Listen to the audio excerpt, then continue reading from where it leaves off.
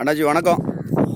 நான் கோபால்ஸ்ன்னு சொல்லி நாட்டு பசு மாடுகளுக்காக வேண்டி நம்ம ஒரு பெரும் முயற்சி அடித்து அதை காப்பாற்றணுங்கிற முயற்சியில் ஈடுபட்டு இருக்கக்கூடிய அந்த கோபால்ஸ் அமைப்பிலேருந்து உங்கள்கிட்ட பேச வந்திருக்கிறேன். உங்களை பற்றி சொல்லுங்கள். நம்ம ஊர், நம்ம எத்தனை தலைமுறை மாடு வச்சுருக்குறோம், நம்ம மாவட்டம் எவ்வளோ மாடு இருக்குது, அப்புறம் தாலுகா பனகுடி கிராமம் எங்களுக்கு சொந்த ஊர். நாங்கள் மாடு வச்சுருக்கோம், ஒரு 100 மாடு வச்சு. என் பேர் அழகையா. ஒரு 100 மாடு வச்சுருக்கோம். சரி. 3 தலைமுறையாகி நாங்கள் மாடு வச்சு 3 தலைமுறையாச்சு. 3 தலைமுறையாச்சு மாடு வச்சு. 3 தலைமுறையாகவே இந்த மாடு தான் நம்ம வீட்டை வந்து குடும்பத்தை எல்லாத்தையும் காப்பாற்றி கொடுக்கும். நல்லது கெட்டது இதே வாழ்வாதாரம், இதுதான் வாழ்வாதாரம். சரி.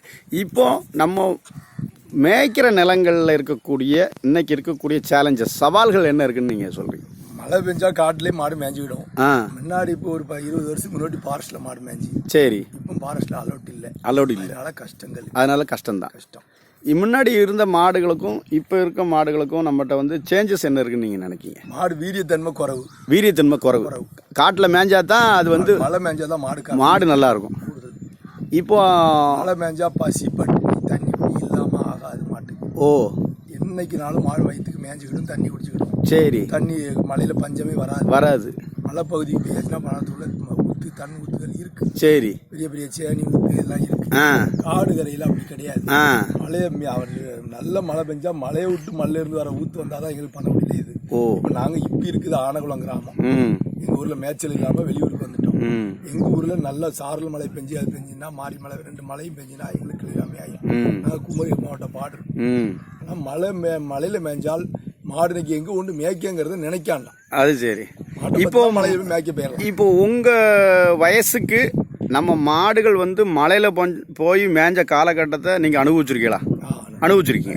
அன்னைக்கு இருந்த மழைப்பொழிவுக்கும் இப்போ இருக்கிற மழைப்பொழிவுக்கும் வித்தியாசம்னு நீங்க நம்புறீங்களா? குறைவு தான். மழை குறைவு தான். ஆமா. அப்போ நம்முடைய மாடுகள் மலையில போய் மேய்ஞ்சி அந்த காடுகளை வளப்படுத்துறது மூலமா தான் இந்த மழைப்பொழிவு வந்து எல்லா காலத்துக்கும் இருந்திருக்கு அப்படிங்கிற மாதிரி யோசிக்கிறீங்களா நீங்க? உண்மைதான். முன்னாடி வந்து மாடு ஒரு கடையில கிடக்கும்.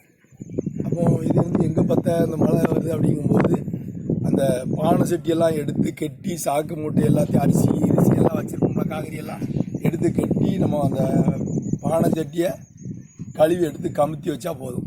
மாடு வந்து பார்த்துட்டு எங்க மாற கடையில சாயுதோ, மழை பெய்யும் போல் இருந்தா மாடு கிழக்கு நிக்க ஏறும். நாங்க அங்க அப்போ தள்ளி இருப்போம். மழை வராதுன்னா மாடு எதிர்க்க சாயும் சேர்க்க. அப்போ அது மழை வராது. அப்போ முன்னும் போகலாம். முன்னோர்கள் காலத்தில் நடந்தது. நீங்களும் சிறுபில்லை, நீங்க பார்த்துருக்கீங்க. நான் சிறுபில்லை ஃபாலோ பண்ணிருக்கீங்க. மழை எப்போ வருது போதுங்கிற இப்போ இருக்கிற காலமானின்னு சொல்லக்கூடிய அந்த தன்மைக்கும் தாண்டி தன்னுடைய நுண்ணறிவு மூலமா எப்போ மழை வரும், நம்ம மேய்க்க போகலாமா கிழக்க போகலாமாங்கிற அறிவுறுத்த ஆற்றல் மாட்டுக்கு இருக்குன்னு சொல்ல வரீங்க. கண்பாட்டு தெரியும். மழை சட்டியை கமுத்தி கழுவி கமுத்தி நம்ம சாக்கு எல்லாத்தையும் வைக்கணும். போர்வை அரிசி கிரிசி எல்லாத்தையும் கெட்டி வச்சிருப்போம். மாடு வந்து மோந்து பார்த்துட்டு மாடு எங்க மாற சாயுதோ அங்க மாற விட்டுருவோம். மறிக்க மாட்டாங்க. எங்க மேற்க மாடு சாஞ்சால் விட்டுருவாங்க. மேற்க தான் போகணும், நமக்கு மழை குறைவு அப்படின்னு. இது வந்து நடக்கிற சீசன் வந்து ஜூன் ஜூலை இந்த சீசன்ல. அதுக்கு முன் வந்து மழை குறைய மழை தான் பெய்யும். மாறி மழை வந்து பெஞ்ச இடத்துல பெய்யும். சாரல் மழை மேற்க இருந்து வந்தா கிழக்க வர பெய்யும். அப்போ கிழக்க மாற மழை பெய்யும்னா மாடு கிழக்கு மாற சாஞ்சிடும். அப்போ ஊரை பார்க்க ஊர் வர வந்துட்டு தான் போகும். 2வது மழை பெரிச்ச பிறகு 2ஆம் மழைக்கு ஏற்றது. ஊர்ல இருந்து டிவி மழை மேய்ச்சி கீழே வந்துட்டு இருக்கும். தங்கு மழைனா அந்த கிலோமீட்டருக்கு தாண்டி போண்டிருக்கும். அப்படி அங்கே இருக்கும். மழை வரும்போது தான் மாடு கிழக்கு சாயும். இல்லைன்னா மாடு எதிர்க்க சாயும், மாட்டை விட்டுருவாங்க. 2வது அந்த அப்பு மாத்திரம் மாட்டை வந்து திருப்ப மாட்டாங்க. இது இப்போ மாடு மோந்து பார்த்துட்டு மேக்க போச்சு இல்லை கிழக்க போச்சுன்னா எவ்வளோ நாளில் அந்த மழை நமக்கு கிடைக்கும் நீங்க நம்புறீங்க? நம்ம சொல்ல முடியாது. சரி. ரைட். ஆனால் மழை வரும் வராதுங்கிறது அதுக்கு தெரியும். வரும். சரி. அதே மாதிரி ஒரு பழைய ஊத்துல வந்து தண்ணி இல்லாம இருந்தால் மாடு போய் அந்த ஊத்துல மிதிச்சு சத்தம் போட்டுட்டுன்னு சொன்னா கண்டிப்பா மழை பெய்யும். அதை பார்த்திருக்கேன். கண்டிப்பா மழை பெய்யும். மாடு போய் அந்த ஊத்துல மோந்து பாட்டு சமட்டிட்டு அம்மானு சத்தம் போட்டுட்டா கண்டிப்பா மழை பெய்யும். பசு அனுபவ ரீதியா இது உண்மையான கதை. மனுஷன் நீங்க பாத்திருக்கீங்க. மனுஷன் சொல்லு உண்மை கிடையாது, மாட்டு சொல்லு அது உண்மை.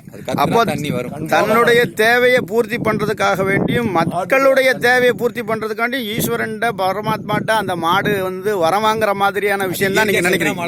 இயற்கையா உள்ள கதை. அதேதான். ரொம்ப சந்தோஷம் நீங்க இவ்வளவு தூரம் எங்கள்கிட்ட பேசுனது, கோபால்ஸ்காண்டி இவ்வளவு டைம் கொடுத்தது எல்லாம். உங்களுடைய இந்த நாட்டு பசு மாடுகளை மறுபடியும் நாம எல்லாரும் சேர்ந்து இங்க என்ன எதிர்பார்க்கிறீங்க? மழை பாஸ் கிடைக்கும். கையில இருந்தால் அளவு இருந்தால் மாடு நீடிக்கும். இல்லை ஆனால் பிற்காலம் வரக்கூடிய தலைமுறைக்கு இந்த மாட்டை கொண்டு செல்ல முடியாது. கேரண்டியாக முடியாது. நாம் எல்லாரும் இணைஞ்சு பயணப்பட்டு நம்முடைய பாரம்பரியமான இந்த மாடுகளை பாதுகாக்கிறதுக்காக வேண்டி மீண்டும் இந்த மலையை திறக்கிறதுக்கான வேலையை வந்து எல்லாரும் இணைஞ்சு வேலை செய்வோம். ரொம்ப நன்றி அண்ணாச்சி. சரி.